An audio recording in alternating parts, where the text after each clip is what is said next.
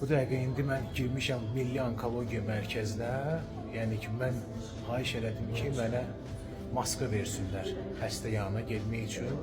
Deyirlər, balnisada yoxdur. İndi mən məcburam buradan qayıdım, gedim, bir də maska taxım. Amma halbuki, yəni onkoloji xəstələr üçün ümumiyyətlə kim olur olsun, əməliyyatdan sonra kimin yanına əgər xəstəxanada girirsənsə, maskanın olmağı bu çox bir zəruri haldır. Bu qədər qəlbdən qəlbə. Hələ davam eləyir burada sərgüzəştlərimiz. Hələ əlavə olduqca deyirəm də. Bax, yemək təminatı çox zəif. Həkim pasiyentə deyir ki, sən yumurta yeməlisən. Halbuki həmən o yumurtanı verən burada yoxdur. Baxın, yəni xəstəxanada hər pasiyentə bu cürlə kateter vurulur. Yəqin ki, bilirsizlər, düz deyil. Sonra da zəruriyyət əsasında ora müəyyən sistemlər qoşulur.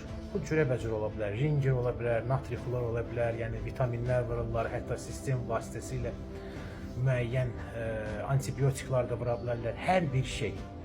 Halbuki, bax, məsələn, həmən pasiyent, özünü göstərmirəm, amma indi mənə inanırsınız, bilirsiniz də, şikayət edir ki, artıq neçincisində ona qoşurlar, hamısı gedir yanındakı olan yataq yerinə yaş olur, yəni oradan buraxır.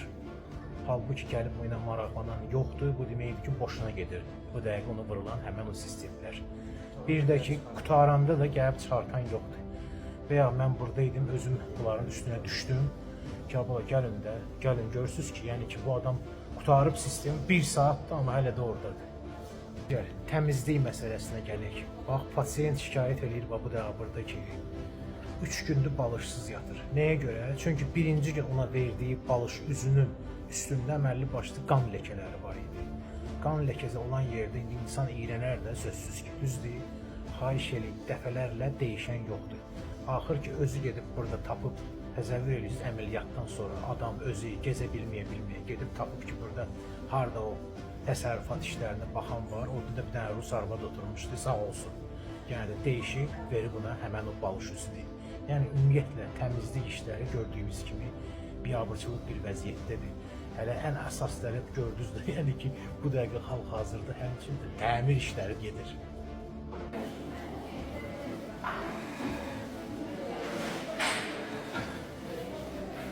Baxın, bir yandan xəstələr, bir yandan da burada fəhlələr. Təsəvvür edirsiniz, baxın, baba belə. Burada təmir işləri aparılır. Yəni, onu da sizə deyim ki, burada çox sayılı xəstələr də var. Yəni, bax, belədir. Bu, bizim reallığımız. Məncə, yenə də mənə elə gəlir ki, həmən bu tibbi müəssisənin rəhbərliyi, bax, bu cür nöqsanlara çox ciddi diqqət etməlidir və bu məsələləri araşdırmalıdır. Özü də ki, təmir işi gedir, yəni ki, xəstələr yata-yataya, gördünüz də həmən o videoda da diqqətlə baxırlar. Bir deyəndə xəstələr yatıb, o bursi yerdə fəhlilər işləyirlər. O təmirlə bağlı həmçində bir dənə də narahatçılıq var. Elə bir ki, əməliyyatdan sonra ağır olan xəstələri mütəmadi olaraq palatalarını dəyişdirirlər. Bir gün bu palatada yatıstırır, sabahsı gün obursunda. Palatalarda ventilyasiya sistemi çox zəifdir. Mən bayaqdan buradayım, artıq mənə tər basır. Yəni ki, ümumiyyətlə, havalanma sistemi bu xəstəxanada fərqli işləmir. Sonra mənim nə diqqət çəkdim. Görürəm ki, bunlara məsələn yeməyi orada yoğurt veriblər, süd məhsulları veriblər. İçəri də əməlli başlı istidir. Həmən o süd məhsulların xarab olmaq ehtimalı çox yüksəkdir. Təsəvvür edin ki, bağırsaqda onkoloji əməliyyat, yəni onkoloji xəstəliyi üzrə əməliyyat keçirən adam sonra hələ yeyir o hansısa süd məhsulu olandan və nəticədə zəhərlənir. Yəni, başa düşdünüz də, bu deməkdir ki, birbaşa o biri dünyaya artıq biletdir. Zəruri prosedurlar hansı ki, baş verməlidir. Məsələn, bax, bu stoma adlı bir əməliyyat keçirdi bir xəstə. Bunun elə bir ki, bağırsağının bir hissəsi qarın lahiyindən çıxarılır kənara.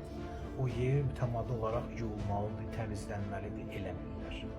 Yəni, müəyyən pul, yəni vermə sön eləmirlər. Pul verirsən, yenə vururlar. pul vermirsən eləmirlər. Bu mən dediklərim hamısı yenə də xatırlatmaq istəyirəm ki, baş verir Milli Onkologiya Mərkəzində. Yəni ki, bu cür dərəbəylik, biabırçılıq burada baş verir. Hə, çıxdım nəhayət ki, bu Milli Onkologiya Mərkəzində.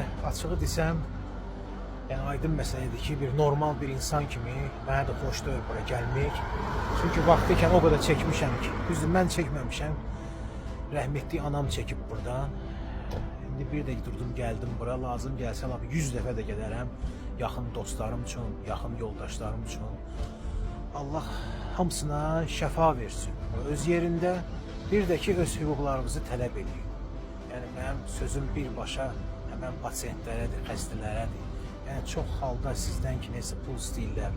Çalışın, verməyin, çalışın, öz haqqınızı tələb eləyəsiniz. Gedin baş həkimlə danışın, şikayət eləyin. İnandırım sizi, bütün bu çox məsələlər bu aşağı tərəflərdə fırlanır da.